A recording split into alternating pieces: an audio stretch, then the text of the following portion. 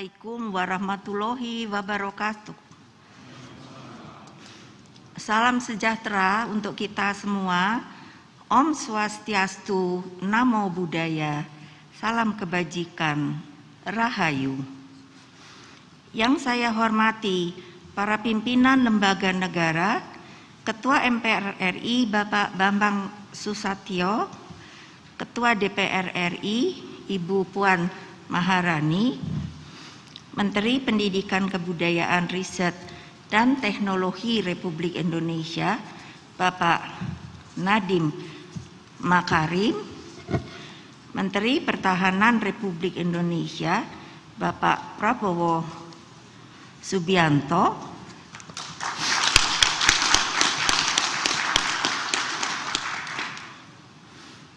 juga di sini ikut hadir Sekretaris Kabinet Republik Indonesia Bapak Pramono Anung,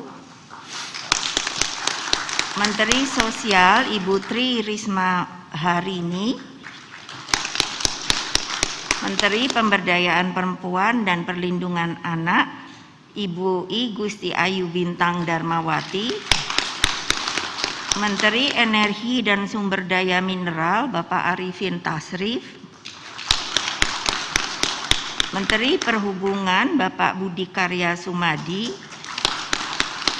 Menteri Pemberdayaan Aparatur Negara dan Reformasi Birokrasi Bapak Cahyo Kumolo, Menteri Kelautan dan Perikanan Bapak Sakti Wahyu Trenggono. Juga saya mendapat berita Menteri Luar Negeri Ibu Retno secara virtual, Menteri Keuangan Ibu Sri Mulyani juga secara virtual. Terima kasih atas dukungannya. Lalu Kepala Badan Intelijen Negara Bapak Profesor Dr. Budi Gunawan SHMSCI, Kepala Badan Riset Inovasi Nasional Bapak Dr. Laksono Trihandoko MSc. Tentu dari Rektor Universitas Pertahanan Republik Indonesia, terima kasih sekali atas anugerah yang telah diberikan kepada saya Bapak Laksda TNI Profesor Dr. Amarullah Oktavian dan segenap sivitas akademika Universitas Pertahanan yang tidak bisa saya sebutkan satu persatu, seluruh mahasiswa Universitas Pertahanan, para hadirin dan rekan-rekan pers sekalian. Marilah kita pekikan salam bela negara. Salam bela negara. Salam bela negara. Saya juga baru tahu. Jadi karena sudah termasuk alumni saya kira ya di sini ya, saya juga ada rupanya ada salam bela negara. Di sini saya juga sebagai tadi disebutkan Ketua Dewan Pengarah Badan Pembinaan Ideologi Pancasila, itu sudah diperintahkan juga oleh Presiden Jokowi untuk ada salamnya. Jadi namanya Salam Pancasila. Salam Pancasila. Salam Pancasila. Puji syukur kita panjatkan kehadirat Tuhan Yang Maha Kuasa, Allah Subhanahu wa Ta'ala, sehingga kita bisa hadir di Universitas Pertahanan ini. Saya sungguh merasa terhormat dan bersyukur atas penganugerahan gelar Profesor Kehormatan dari universitas yang sudah dikenal selalu menggelorakan semangat nasionalisme dan patriotisme ini. Saya tentunya mengucapkan terima kasih kepada Rektor, Senat Guru Besar, dan seluruh sivitas akademika Universitas Pertahanan Republik Indonesia atas kesempatan yang diberikan kepada saya untuk dapat menyampaikan orasi ilmiah ini. Hadirin yang saya hormati, berdasarkan apa yang telah disampaikan oleh Bapak Rektor dan Ketua Tim Promotor Profesor Kehormatan, Saya dinilai telah memenuhi seluruh persyaratan akademik, legal maupun administratif untuk diangkat sebagai profesor kehormatan pada bidang kepemimpinan strategi. Hal ini tidak terlepas dari tugas yang saya emban sebagai Presiden Republik Indonesia pada tahun 2001 sampai 2004, dan sekaligus untuk bisa diingat, saya adalah mandataris MPR RI terakhir di dalam menangani krisis multidimensi yang terjadi saat itu.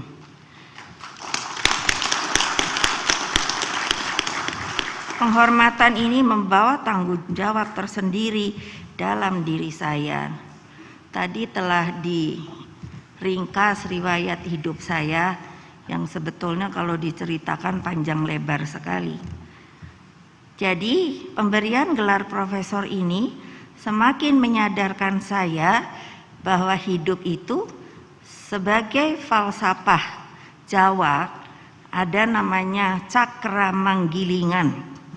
Jadi kita sebagai manusia harus menerima bahwa dunia ini berputar sebagai juga roda kehidupan. Saya terlahir di Gedung Agung Yogyakarta sebagai anak presiden, dan selama itu mengikuti orang tua saya. Kalau diingat ketika kelahiran saya itu terjadi kelas pertama, kelas kedua. Jadi praktis keluarga kami, keluarga presiden, baru bisa pindah ke Jakarta tahun 50. Saya tumbuh besar di istana. Akibat peristiwa politik tahun 65, saya tidak bisa melanjutkan sekolah, dan tentu saja karena ayah saya dilengsarkan, hidup sebagai rakyat biasa. Masa itu memang masa sulit bagi kami. Tetapi akhirnya begitulah yang seperti saya katakan, roda berputar. Sejarah memanggil saya untuk pertama kali menjadi anggota DPR RI sampai 3 periode, terpotong 2 tahun karena lalu menjadi wakil presiden, dan setelah itu menjadi presiden kelima Republik Indonesia. Telah mendapatkan seperti tadi yang telah disebutkan 9 gelar doktor honoris causa dari dalam dan luar negeri, dan sebenarnya kalau karena COVID-19 ini masih ada beberapa lagi yang menunggu untuk memberikan gelar donor honoris causa kepada saya dari dalam dan luar negeri.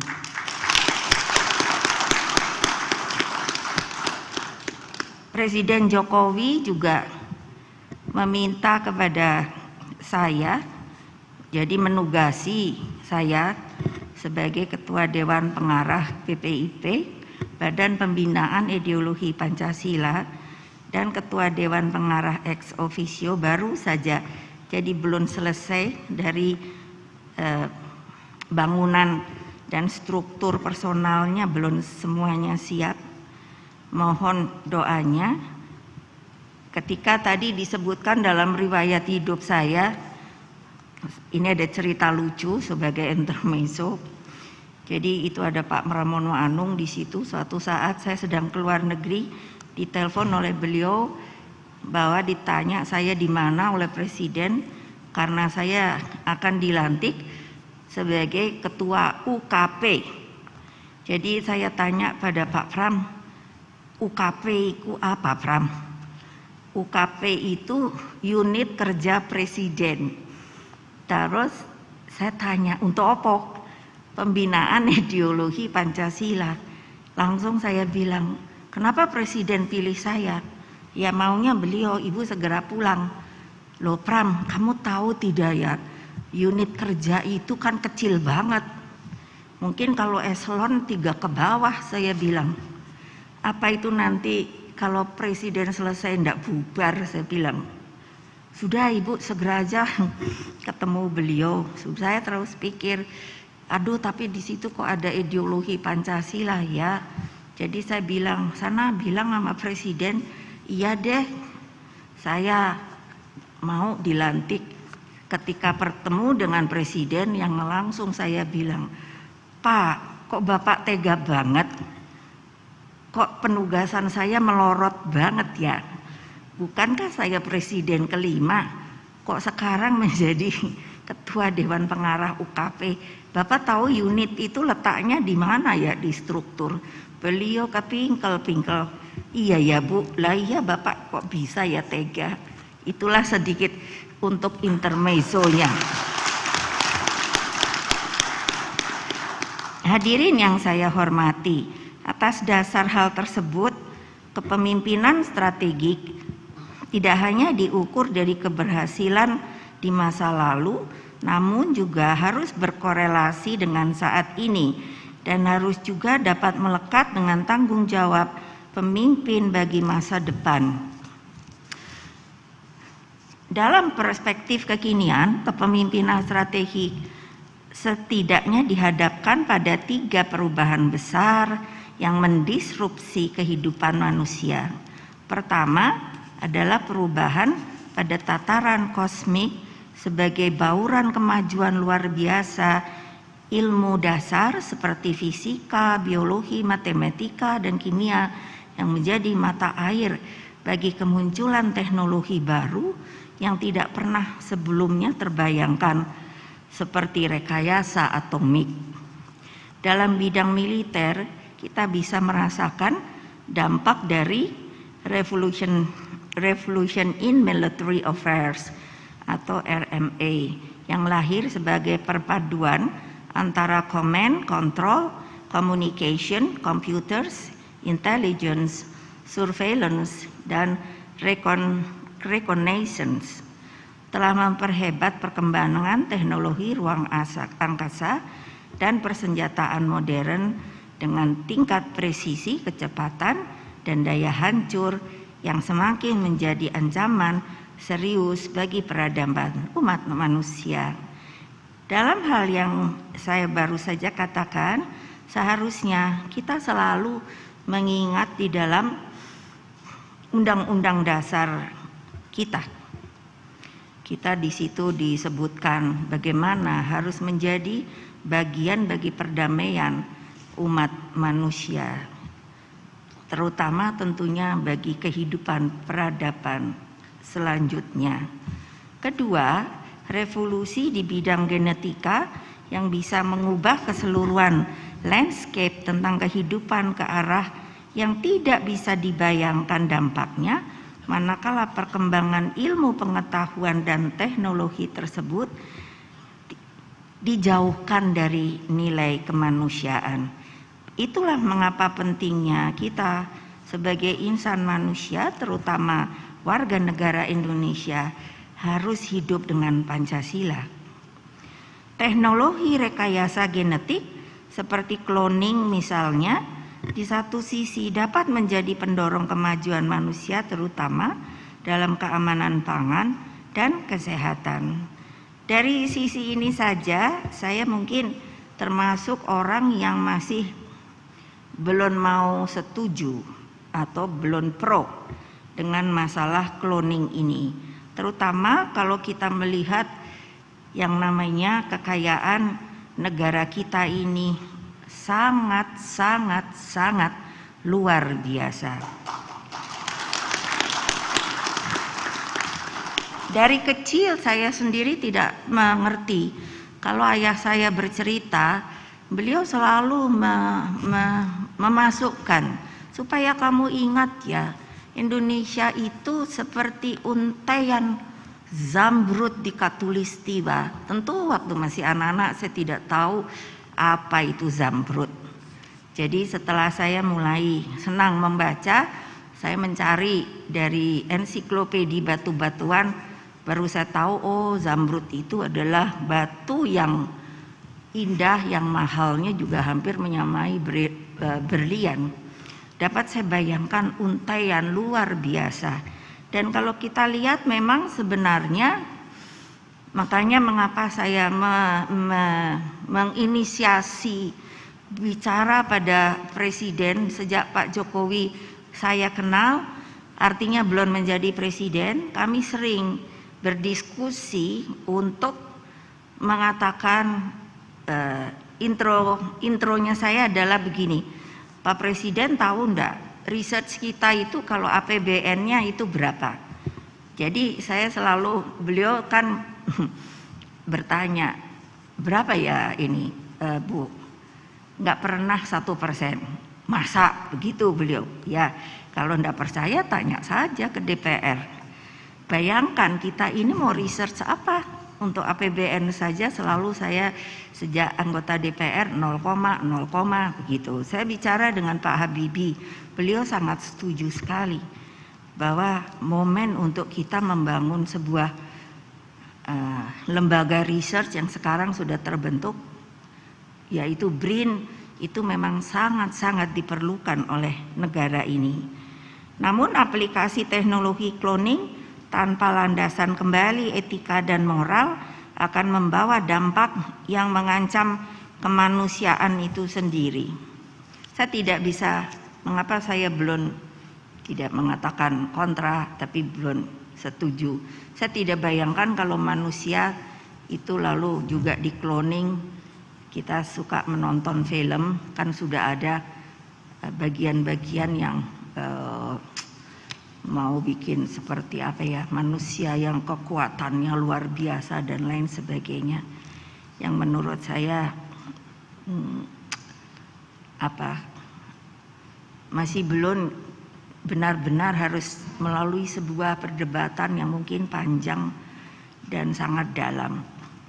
Ketiga adalah kemajuan di bidang teknologi realitas virtual, di mana seseorang dapat mengembara ke seluruh pelosok dunia, bahkan keluar angkasa tanpa meninggalkan rumahnya sama sekali.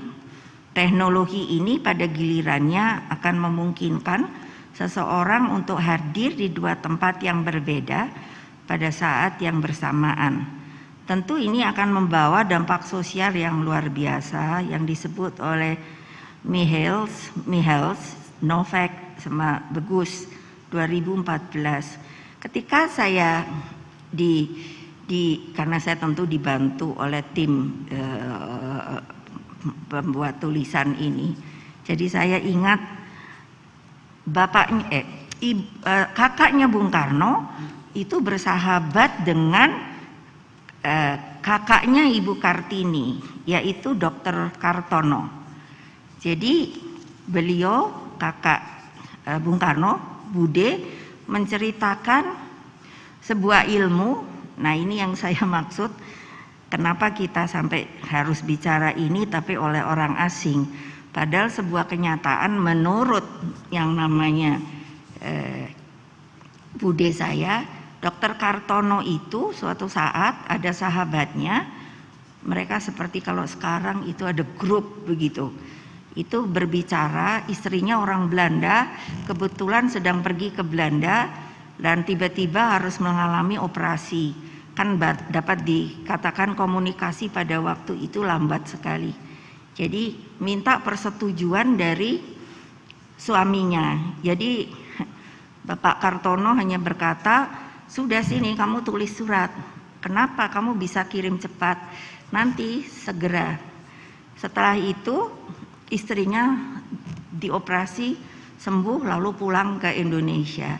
Dari istrinya mengatakan, loh kok kamu bisa cepat dioperasi dan selesai dan kok sekarang sudah bisa pulang? Loh kamu kan kirim teman, terus kirim teman.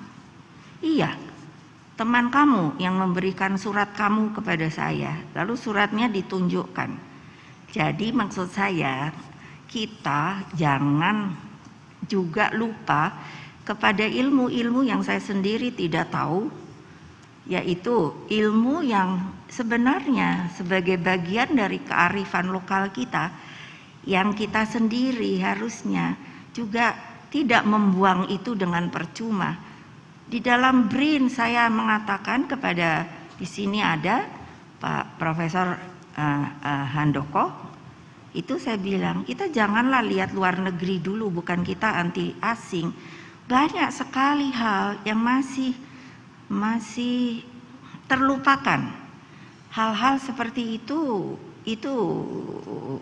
hal yang kita sendiri kurang tahu bagaimana cara untuk dari abstraksinya itu menjadi dapat teraba.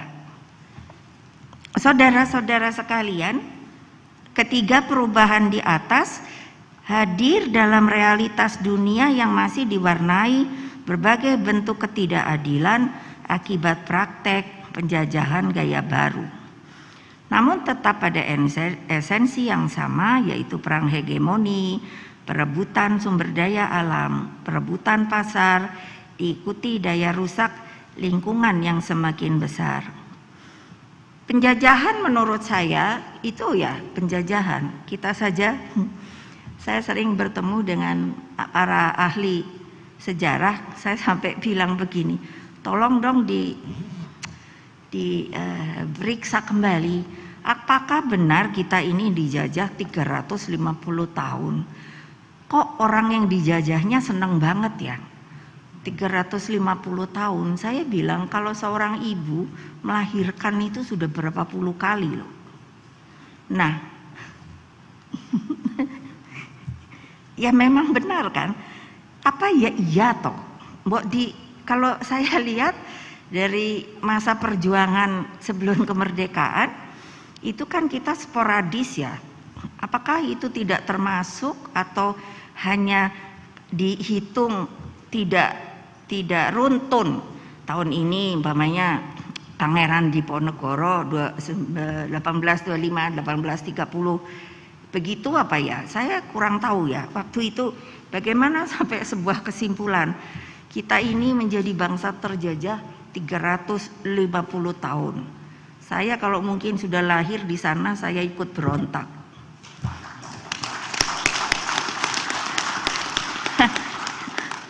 Tentu Pak Prabowo juga setuju. Bayangkan loh, kok enak temen gitu menurut Jawa gitu.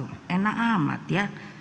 Yang belum lagi kita lihat jalur sutra, jalur rempah-rempah. Aduh, Indonesia ini memang betul kita perlu ilmu geopolitik, karena kita kan ada di tengah dua benua dan dua samudra. Jadi kita memang sebuah jalur transito begitu. Hubungan antar negara dalam perspektif geopolitik juga menunjukkan pertarungan kepentingan yang sama. Bahkan kini semakin meluas. Atas nama perang hegemoni, maka lingkungan dikorbankan.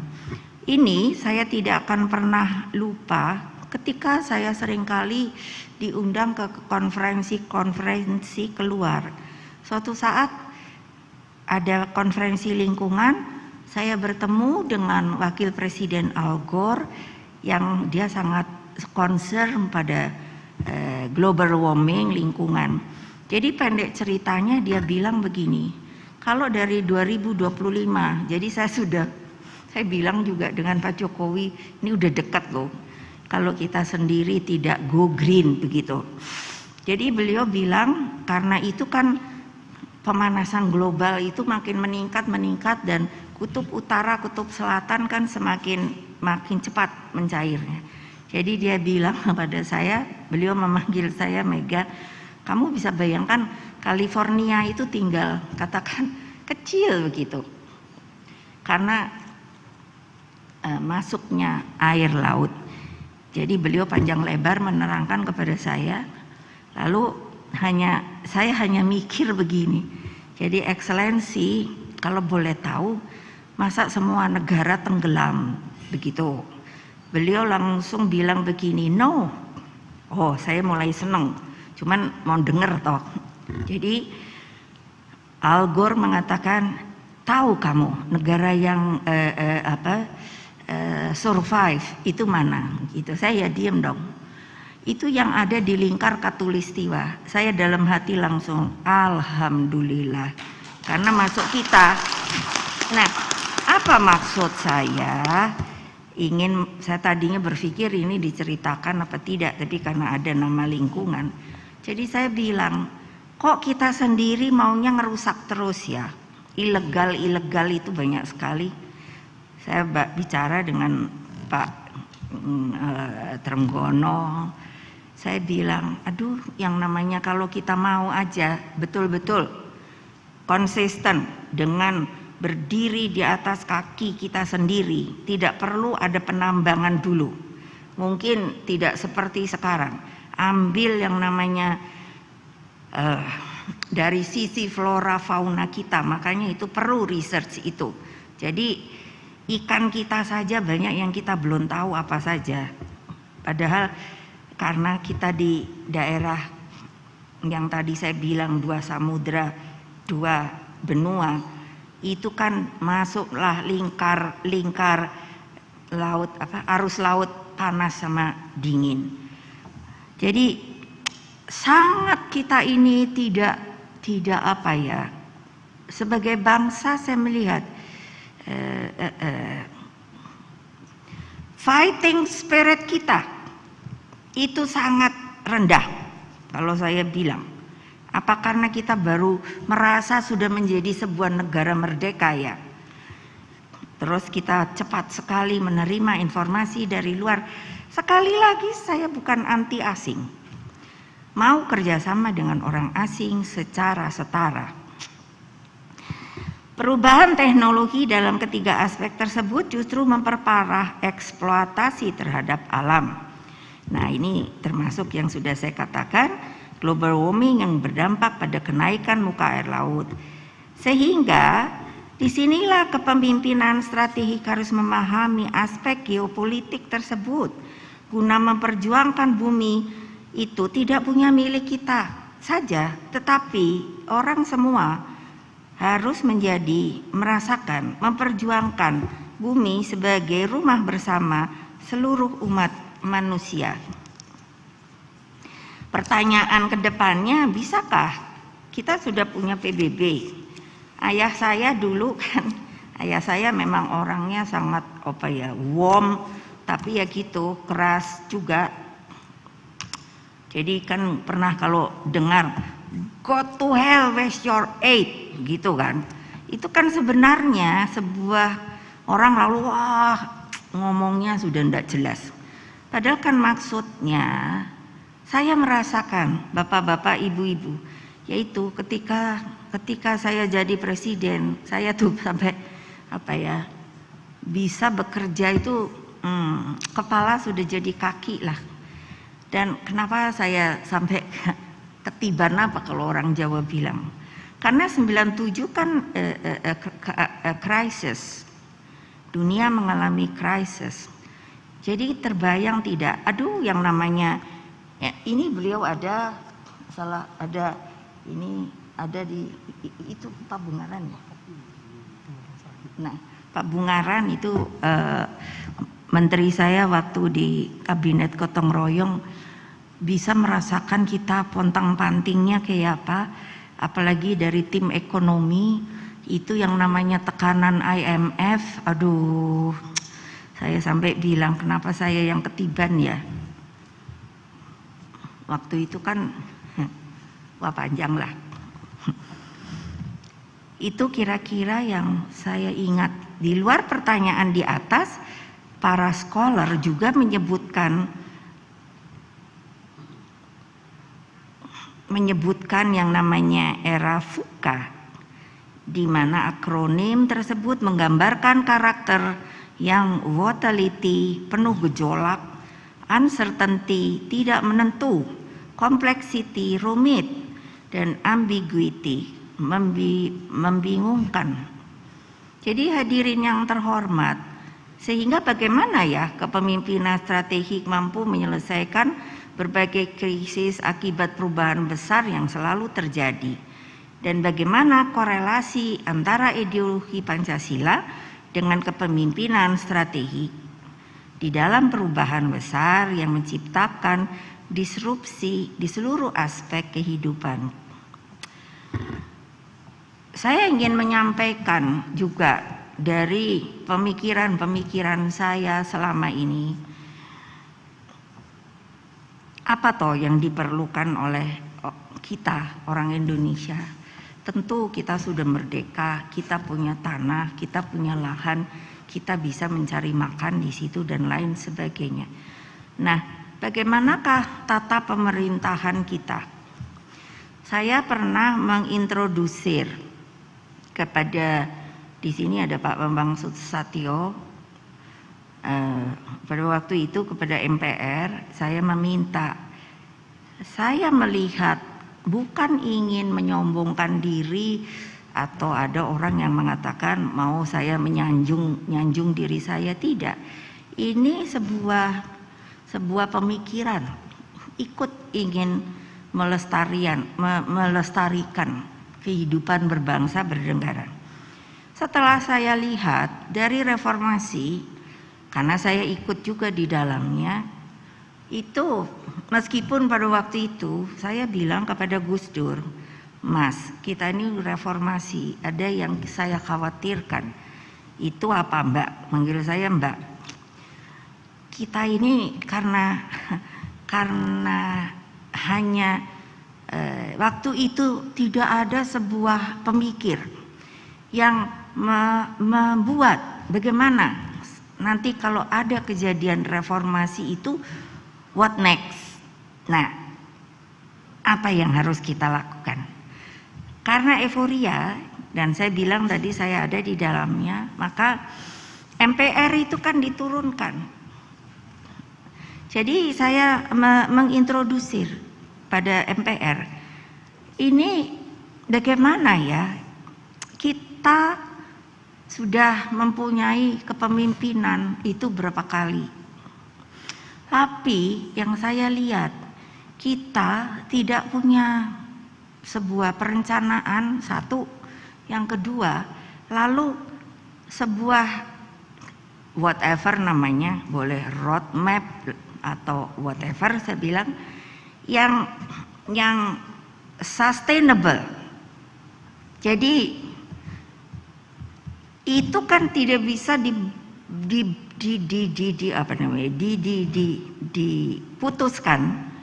Makanya saya tadi bilang saya adalah mandataris terakhir loh. Itu kan harus diputuskannya di MPR. Tapi bagaimana mekanismenya? Saya minta pada waktu itu kita buat 1 kali saja amandemen, 1 kali, untuk apa? Hanya menaikkan MPR menjadi tertinggi kembali. Tapi kan biasa, namanya politik. Wah, langsung kan, wah. Yaitu mungkin yang dibilang apa ya, uncertainty. Jadi tidak jelas gitu. Saya ya diem saja. Paling tidak sebagai warga bangsa saya pernah ngomong, keperluannya apa? Untuk membuat roadmap itu. Saya diundang ini sama Presiden Xi Jinping ulang tahun Partai Komunisnya untuk memberikan sambutan. Itu Partai Komunis RRC, kalau nanti saya bilang gini, nah betul enggak Bu Mega itu kan komunis. Saya kan selalu dibilang begitu kan. Loh, sampai saya waktu jadi anggota DPR saja sudah distempel itu. Jadi saya bilang yang komunis itu yang waktu itu ini apa? Saya di apa namanya? Di Litsus.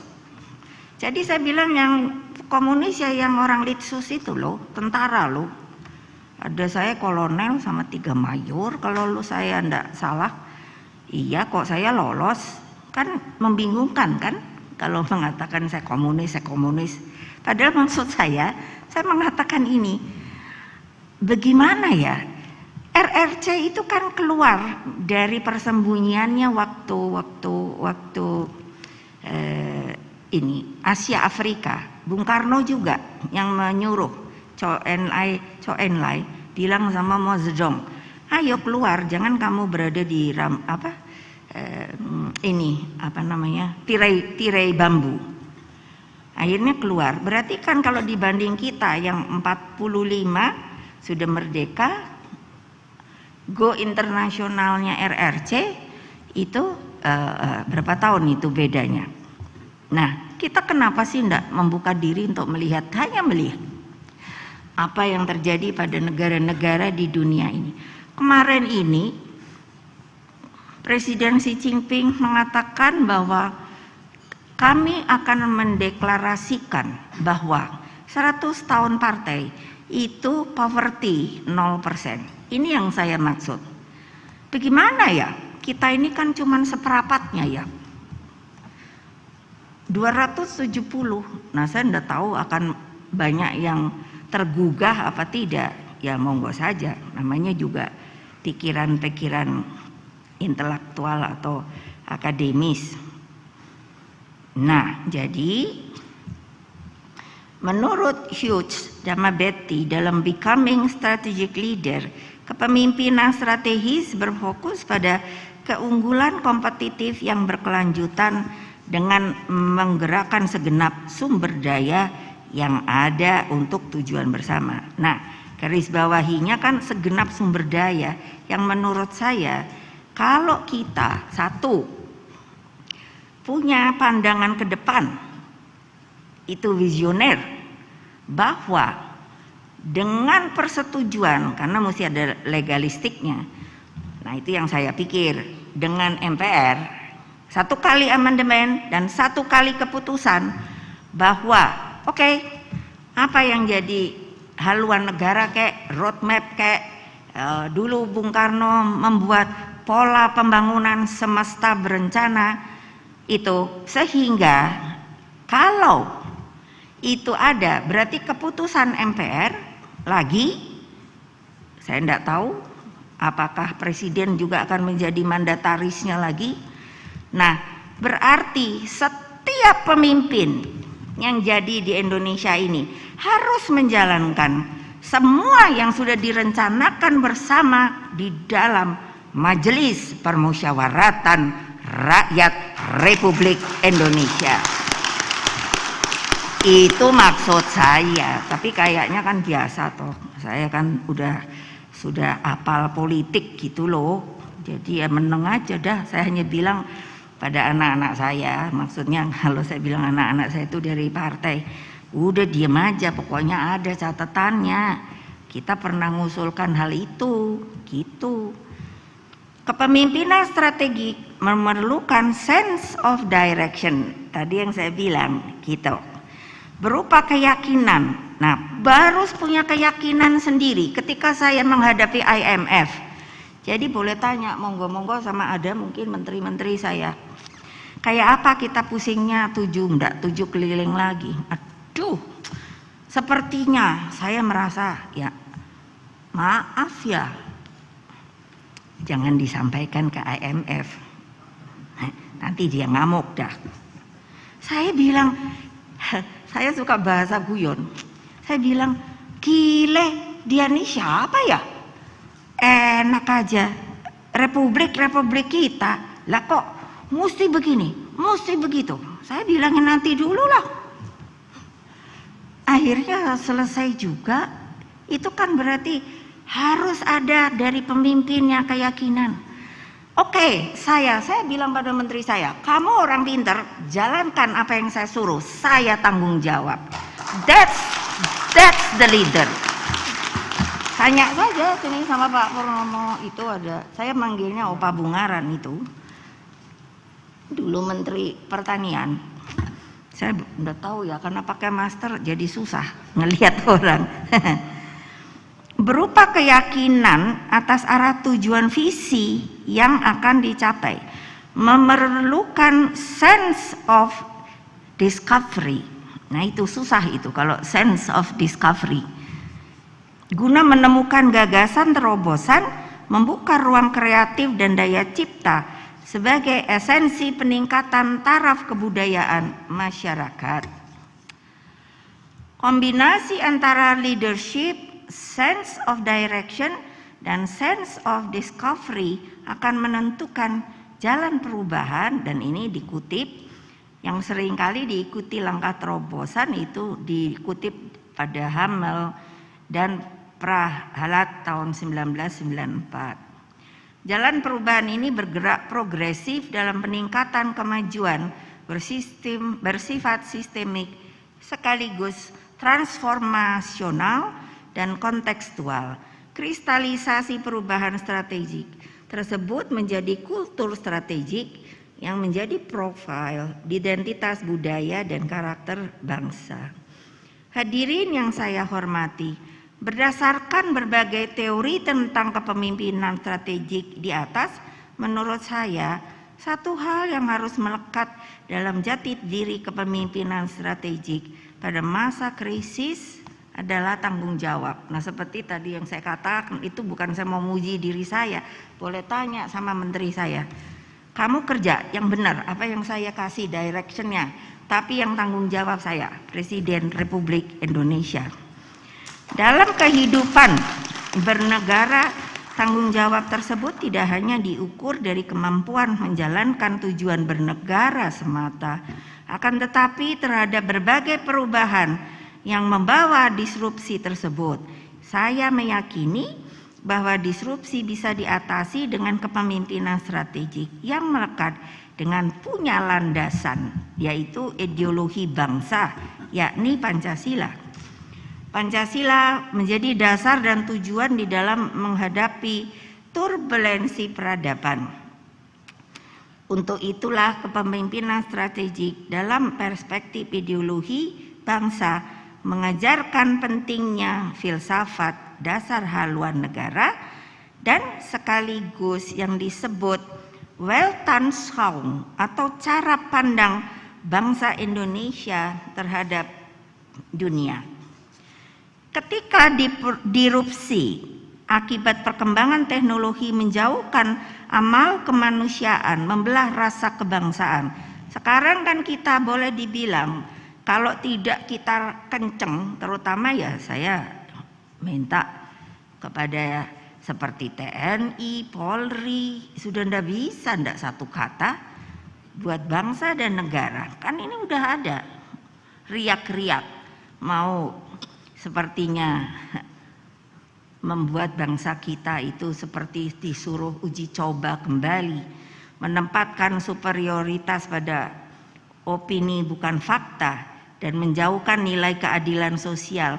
Maka disitulah Pancasila itu menjadi sebuah pegangan dan landasan yang menyeimbangkan atau bahkan mengoreksi agar teknologi tetap menempatkan supremasi nilai-nilai kemanusiaan yang bersifat universal. Ketika saya ke Vietnam, saya dapat ketemu sama Jenderal Vo Nguyen Giap. Dia kan sangat karismatik begitu. Jadi bayangkan, saya dengar saja sudah, aduh rasanya teriris-iris. Kan waktu itu di sana dijatuhkan bom napalm itu loh. Aduh, kayak apa? Saya lihat apanya itu, yang terkena itu yang menderita. Nah, ini kan bayangkan, apakah teknologi seperti itulah yang akan kita ikut juga di dalam pertahanan keamanan negara yang ketika rakyat jelata itu harus juga terkena dampak dari hal-hal seperti itu. Yaitu menjadi sebuah pemikiran. Terlebih ketika teknologi dicermati dalam perspektif ketuhanan, maka teknologi tersebut harus mendorong persaudaraan seluruh umat manusia yang bertanggung jawab sebagai makhluk ciptaan Tuhan. Teknologi dengan nilai ketuhanan ini menjadikan bumi seisinya untuk dijaga kelestariannya, keharmonisannya, dan menjadi rumah bagi seluruh makhluk hidup agar selalu berada dalam keseimbangan ekosistem kehidupan seluruh alam semesta. Ternyata memang alam itu membangun dirinya sendiri. Saya sering menonton film lingkungan. Jadi seperti di Madagaskar, Galapagos, satu lagi di mana, muncullah itu jenis-jenis binatang yang tidak ada dalam catatan khasanah. flora fauna. Jadi bisa terbayangkan bahwa menurut apa yang barusan saya katakan, jangan berpikir yang superior itu. Seperti tadi saya hanya contohkan napalm saja itu memporak-porandakan hutan di Vietnam.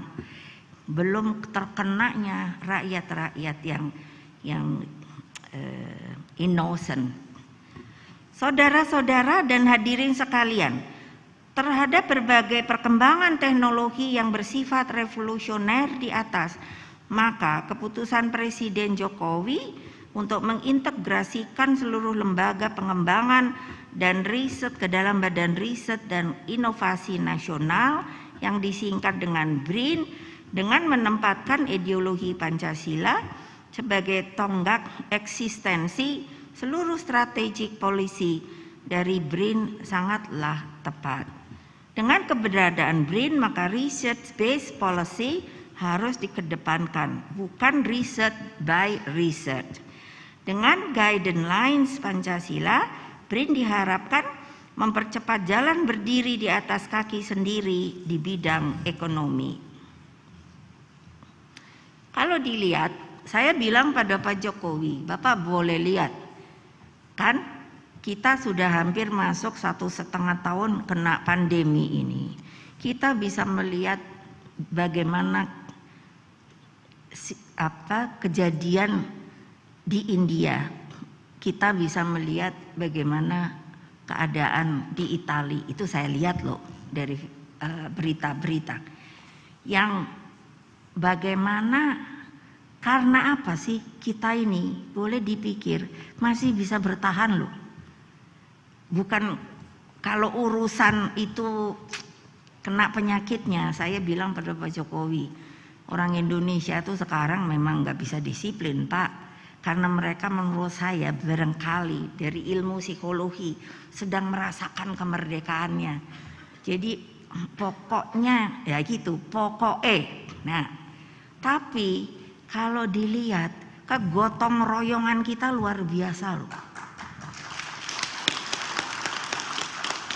Sangat tercerminkan kok. Saya bisa lihat umpamanya tetangga saja yang tadinya tidak kenal saling bertukar makanan. Belum lagi saya lihat anak-anak muda seperti bikin grup-grup begitu, bikin nasi-nasi bungkus lah iuran uangnya, lalu mencari seperti pemulung. Itu saya lihat loh, bukannya tidak saya lihat. Artinya alhamdulillah deh. Yang namanya budaya gotong royong itu memang budaya kita. Makanya Bung Karno tidak pernah mengatakan beliau membuat Pancasila loh. Beliau mengatakan saya menggali Pancasila dari bumi pertiwinya.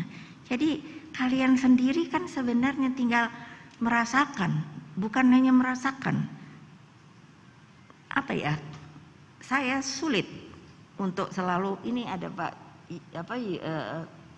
Yudian.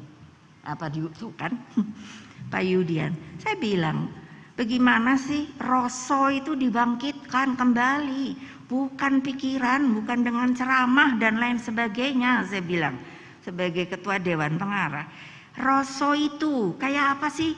Kalau ada orang tua ndak punya saudara, kita peluk saja, dia pasti merasakan rasa bahwa ada masih orang yang rasa sama saya. Ini bukannya cengeng, bukan. Itulah sifat kegotong royongan bangsa Indonesia. Makanya tanpa berdikari ya kita terombang-ambing lagi. Bisa saja tidak berdaulat lagi di bidang politik. Terhadap hal ini saya ingin mengingatkan, Bung Karno pernah pidato pada proklamasi tanggal 17 Agustus tahun 45. Sekarang tibalah saatnya kita benar-benar mengambil nasib bangsa dan nasib tanah air di dalam tangan kita sendiri. Hanya bangsa yang berani mengambil nasib bangsa dalam tangan sendiri akan dapat berdiri dengan kuatnya. Orang kan sering mengatakan, ya tentu saja ibu itu anak biologisnya Bung Karno. Lah saya apa mesti ngaku anaknya si Polan? Saya hanya jawab begitu saja. Kamu pun apa maunya begitu? Memang saya anaknya Bung Karno. Tadi Pak Rektor mengatakan, saya putri presiden, jadi presiden.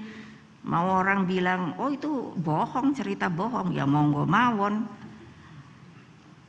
Lah aneh kan bangsa kita ini kadang-kadang mau membenarkan kehendaknya sendiri begitu. Saya sendiri itu Mas Bowo suka pusing loh. Kemarin saya bilang sahabat saya Pak Prabowo, walah apa viralnya. Loh, memangnya kepada musuh saya lah apa ya kayak gitu ya? Ayo, gimana? Tolong saya dijawab. Kan ya tentu saja kalian pasti sahabat-sahabat teman-teman saya. Spirit percaya pada kekuatan sendiri inilah yang harus menjadi spirit bangsa. Inilah peran dan tugas kepemimpinan strategi yang menggelorakan semangat bagaikan api nan tak kunjung padam. Makanya kalau saya tadi bilang saya ini dicemplungkan ke cakra panggilingan. Saya suka ketawa gini. Ini juga intermezzo supaya nggak ngantuk. Saya pernah loh zaman lagi PDI itu. Wah diperiksa polisi aja 3 kali loh. Saya terus udah begitu pernah ditanya di kejaksaan. Dari jam 8 pagi. Kalau saya sendiri nggak ngomong gini. Pak benernya saya ini mau ditangkap. Apa tidak toh? Oh kenapa ibu nanya begitu? Lah saya kan yang mesti ngomong sama orang rumah saya. Enggak nanti saya pulangkan gitu kan. Pertanyaannya macam-macam menurut saya apa ya? Enggak jelas. Tapi itulah politik. Jadi satu mikir. Terus saya kan jadi presiden toh. Jadi waktu ya itu seperti tadi kayak apa namanya saya jadi irup toh. Waktu di kejaksaan, saya nanya toh sama jaksa agung saya. Padahal nanyanya enggak melebar. Saya bisik-bisik, Pak Jaksa Agung, dulu yang meriksa saya juga ada di lapangan apa enggak ya? Wah, langsung Jaksa Agung tuh pucat, saya sendiri kaget. Loh kenapa ya? Kan gitu. Siap ibu, ada. Ibu mau apakan? Loh, kok ibu mau apakan? Enggak, saya cuma tanya aja. Itulah cakra manggilingan.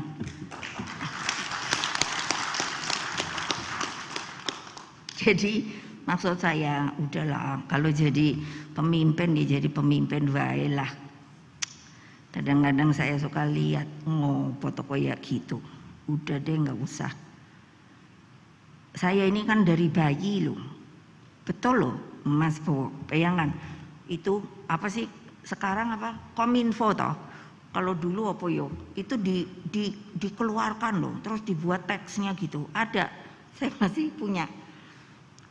Apa dulu dengan mengucapkan bismillah gitu kan ada pengumuman dulu kan presiden dibilang paduka yang mulia dari paduka mulia gitu Dr. Insinyur Soekarno telah lahir gitu bla bla bla bla bla terus langsung saya udah dijaga kan masih bayek loh jadi kan kalau orang jadi kalau dipikir ada yang bilang saya mau memuji-muji diri, saya mau sok-sokan. Lah udah apa ya? Udah warak. Udah kenyang. Jadi presiden udah. Anak presiden udah. Alhamdulillah. Inilah tugas kepemimpinan strategi pada masa krisis menggelorakan dedication of life. Itulah tujuan kita. What is your dedication of life? Terserah, tapi kan udah ada benernya. Tanpa pernah mengenal akhir bagi bangsa dan negaranya. Inilah spirit menjadi patriot bangsa yang selalu dikobarkan di kampus pertahanan dan bela negara ini. Mesti menjadi the best university. Saya tadi besek-besek sama Pak Purnomo. ini tahun berapa sih Mas dibuat gitu? Belum selesai tapi informasinya. Tapi menurut saya, lo iya dong, jangan menjadi universitas eksklusif begitu loh. Turun ke bawah, lihat kehidupan rakyat. Saya bilang pada Pak Rektor, itu di kurikulum ada nggak strategi perang gerilya? Saya bilang itu harus diajarkan. Kenapa? Otentik, natural, alami. Mana tahu kita kok bisa hanya bambu runcing aja mengorbankan semangat untuk merdeka. Saya bilang Timur Tengah itu enggak selesai-selesai. Ini kan ngomongi strategi ya. Saya sampai nanya toh sama ini dubes Amerika. Ini yang dulu orang yang bisa ini bahasa Indonesia ini siapa toh namanya? Siapa? Wolfowitz ya, Paul Wolfowitz. Paul, negaramu itu perang melulu iku apa karena bagian ininya juga untuk bisnis keekonomian? Saya bilang, lah kok perang juga nggak pernah selesai? Saya bilang, itu memangnya apa dipanjang-panjangkan gitu. Paul Wolfowitz ketawa dengan bahasa Indonesia seperti panggilnya madam, seperti madam tidak tahu saja. Oh ya sudah, jadi nanti tolong pikir sendiri. Nah, apa kita yang mau kayak begitu? Kan tidak. Saudara-saudara sekalian, kedaulatan di bidang politik dan ekonomi bangsa setidaknya harus mencakup kedaulatan pangan, energi, keuangan, pertahanan, dan hal-hal lain yang berkaitan dengan pemanfaatan tata ruang geografis bagi kepentingan nasional Indonesia. Dengan adanya BRIN, insya Allah saya hanya bilang begini, 4 hal pokok. Manusia, flora, fauna, terus untuk itu tambah perbantuannya tentu teknologi yang tepat untuk kemajuan bangsa. Itu nanti mudah-mudahan begitulah skala prioritas riset dan inovasi yang diperas lagi. Tentunya bagi kemaslahatan yang namanya rakyat kita. Coba itu ada Mbak Risma. Saya tuh sampai bilang gini, itu gimana? Saya bilang pada Pak Jokowi, Bapak itu memperkenalkan. Saya bilang jangan cara Inggris lah. 4.0 terus 5.0. Rakyatiku Pak nggak ngerti cara Inggris kakeannya. Saya bilang, lah gimana kalau anak-anak masa depan ini kena stunting? Nah itu yang hanya kayaknya kecil dari sisi kesehatan. Kan mestinya anak-anak itu kan tegap-tegap. Saya kalau ndak salah sekarang masuk akademi angka tinggi untuk laki-laki 175, betul apa tidak ya? Betul apa tidak ya? Betul. Laki, perempuan? Oh, ya lumayan lah. Saya saja sama hanya 157. Kan ada kenaikan untuk berarti kan kalau tinggi badan itu tegap bagus, gizinya kan berarti kan lumayan. Stunting itu kan anak-anak jadi kerdil. Lah terus mau jadi tentara opo iku?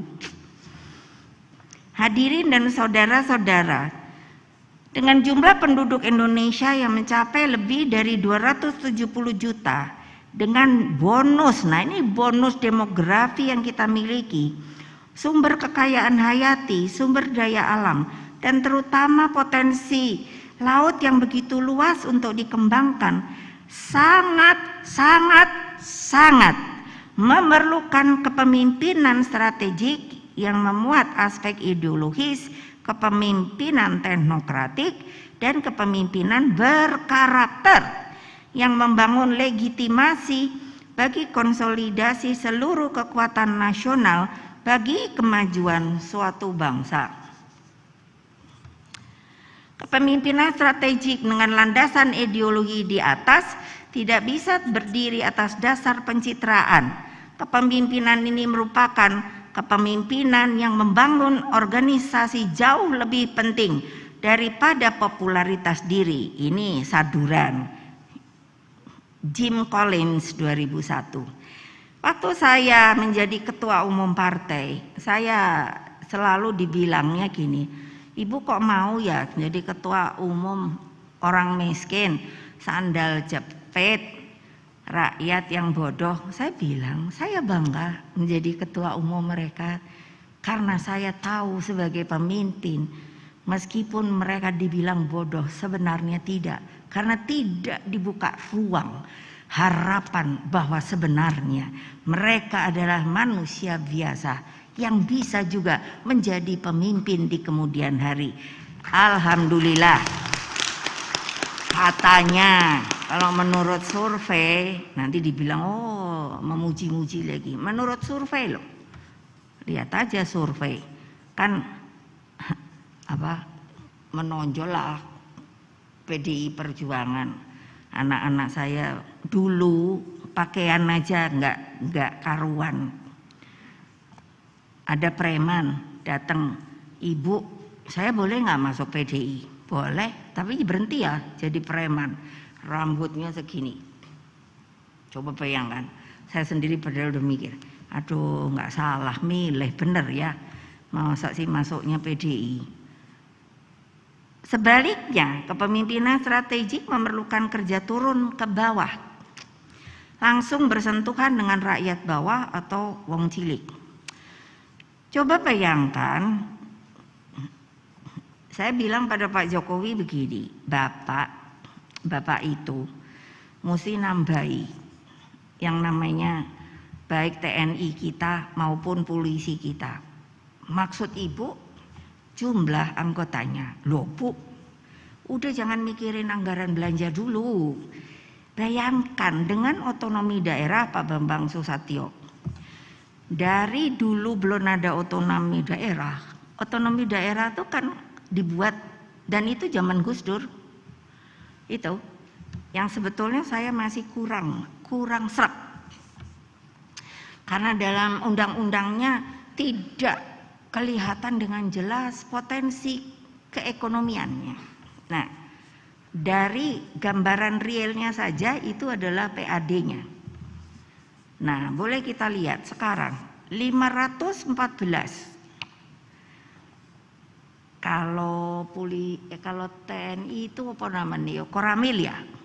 Hah? Kodim. Apa ya itu kan? Enggak, kalau Koramil tuh di mana ya? Nah, iya benar toh. Di Koramil, ayo satu di sini saya enggak tahu ya, ada panglima apa kasal apa sopo gitu. TNI Angkatan Darat. Di Koramil kita sekarang di satu Koramil orangnya piro. Saya bilang di sini kan ada Pak Bin ya, Pak Budi Gunawan. Saya bilang, piye toh yo yang namanya urusan Papua itu. Menurut saya loh, itu kan mereka yang tuan rumah toh, tahu jalan-jalan tikus. Itu yang saya bilang sangat perlu yang namanya strategi perang gerilya. Mereka tahu kok naik pohon bisa, opo bisa. Saya tahu, yang apalagi di pegunungan itu, saya ini orang yang udah istilahnya, saya bilang sama Pak Jokowi, ayo Bapak, nanti kapan-kapan kalau Bapak udah selesai, Bapak pasti mesti bayar saya. Kenapa? Saya sama beliau itu taruhan. Daerah yang dikunjungi beliau sama saya, banyakan mana? Orang saya bilang, alah Bapak sampai hari ini ya udah ada COVID, saya bilang, ke Dobo aja belum pernah. Saya ke Dobo aja udah. Coba cari di peta, kadang-kadang enggak ada. Bukan kembali menyombongkan. Maksud saya, itu kan harus sebuah kewajaran ya Pak Bambang Susatyo sama Ibu Puan Maharani. 500 sekarang 514 kabupaten kota. Nah itu koramilnya berapa satu koramil. Terus kalau polisi, di sini ada polisi apa enggak? Saya udah ngomel aja. Itu namanya apa? Polsek. Polseknya satu polsek berapa orang? Ini kan harusnya kita udah punya dong. Saya selalu mengencourage. Nggak usah kita suka sistem terbalik. Saya yang bikin sistem terbalik. Apa? Disodorkan dengan perencanaan anggaran dulu. Menurut saya salah. Kamu bikin realita ke lapangan yang diperlukan ku opo. Nah, urusannya kemudian. Ini kan enggak, ya gimana ya? Saya pikir sampai bagaimana kita mau maju kepolisiannya jadi apa itu namanya ya? BKO kan? Dari kalau perlu datangkan dari sana, terus dari sini. Saya sampai ketawa. PKO saja, anak-anak tuh enggak tahu daerah, yang di situ tahu daerah, makanya diambus. Coba tolong dong, tolong pikirkan, bagaimana mereka lihat, alah 5 orang gampang, deng, kan begitu. Ini gimana? Ini strategi yang bagaimana? Jangan setengah hati. Bapak saya dulu, tapi memang belum ada urusan HAM, urusan saya sendiri yang bikin terorisme. Zaman Bung Karno dulu, siapa coba-coba, namanya Bung Karno, coba-coba mau yang namanya merusak, mengganggu negara, langsung disebut kalian adalah pemberontak bangsa. Gitu loh. Bukannya mau kembali ke zaman itu, nanti saya bilang, ibu ntar kena HAM deh. No, tapi please make care. Kasihan lo anak-anak itu. Saya 3 hari 3 malam tanya Mbak Puan, waktu Nanggala itu hilang, aku bocor dah. Saya dibilang keluarga saya ini ember bocor. Kayaknya kalau lihat wah pidato begini, tapi kalau tersentuh apa orang langsung dah kayak ember bocor. Nangis laku 3 hari 3 malam. Saya mikir walah, iku anak-anak iku piye toyo, siapa untung Pak Jokowi bilang, oh akan saya bangunkan rumah dan sebagainya. Alhamdulillah, alhamdulillah. Apa itu? Nanti dibilangnya saya lagi muji-muji diri. No. Kita kan mau rakyat kita kalau bisa one day itu, dan saya yakin bisa. Bukan nanti terus kita niru komunis RRC. No. Bagaimana dia bisa membuat poverty itu sampai 0% dan itu berani dideklarasikan. Itu kan kita juga mesti nyari. Kita cuman seperapat, mosok ora iso. Saya sih yakin bisa. Aduh, apa toyo yang saya mesti ngomong lagi? Ini kesempatan memang. Maaf ya kalau terlalu lama. Nanti dibilangnya saya ini banyak banget yang bilang katanya itu kan Ibu Mega itu perempuan ibu rumah tangga drop out lagi. Nanti kalau saya bilang IQ saya berapa, dibilang tuh kan sok banggakan diri. Ya biarin aja, nggak usah. Sebaliknya kepemimpinan strategik memerlukan kerja turun ke bawah dan langsung bersentuhan rakyat bawah atau wong cilik.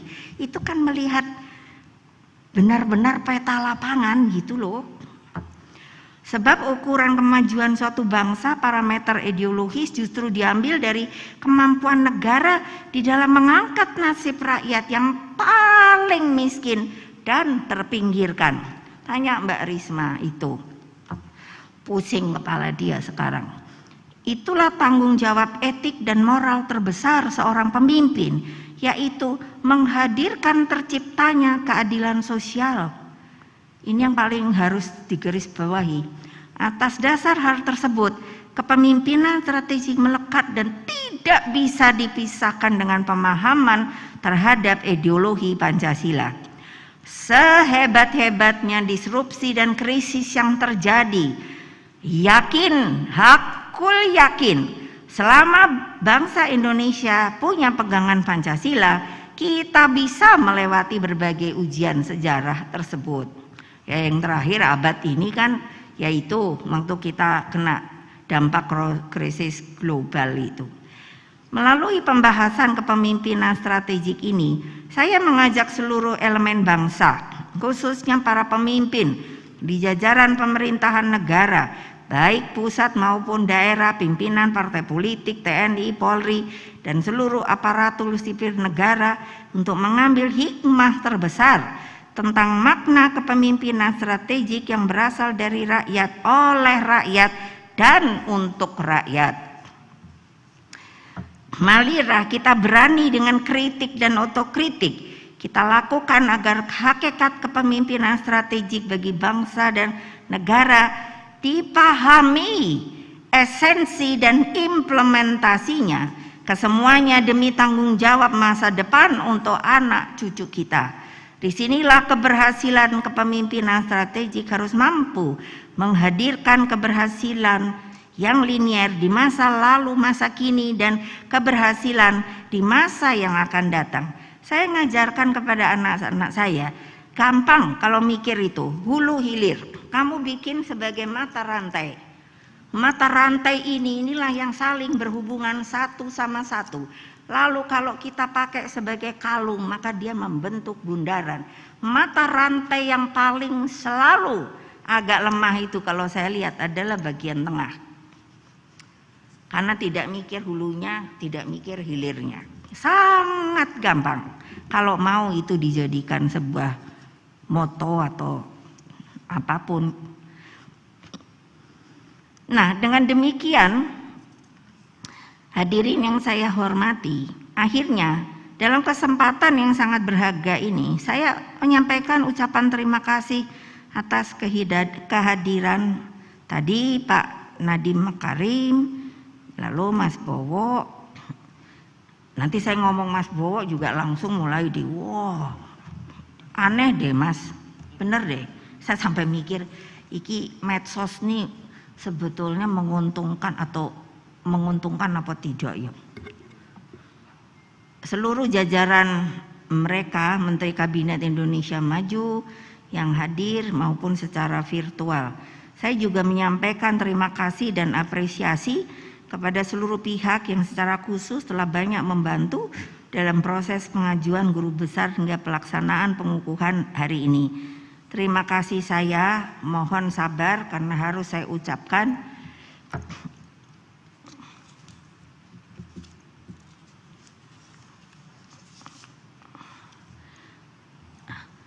Kemendikti dan jajarannya beserta tim reviewer guru besar, lembaga layanan dikti dan jajarannya juga beserta tim reviewer guru besar. Tentu kepada yang utama adalah Rektor Universitas Pertahanan Republik Indonesia, Profesor Dr. Laksamana TNI, ya, Pak Amarullah Oktavian.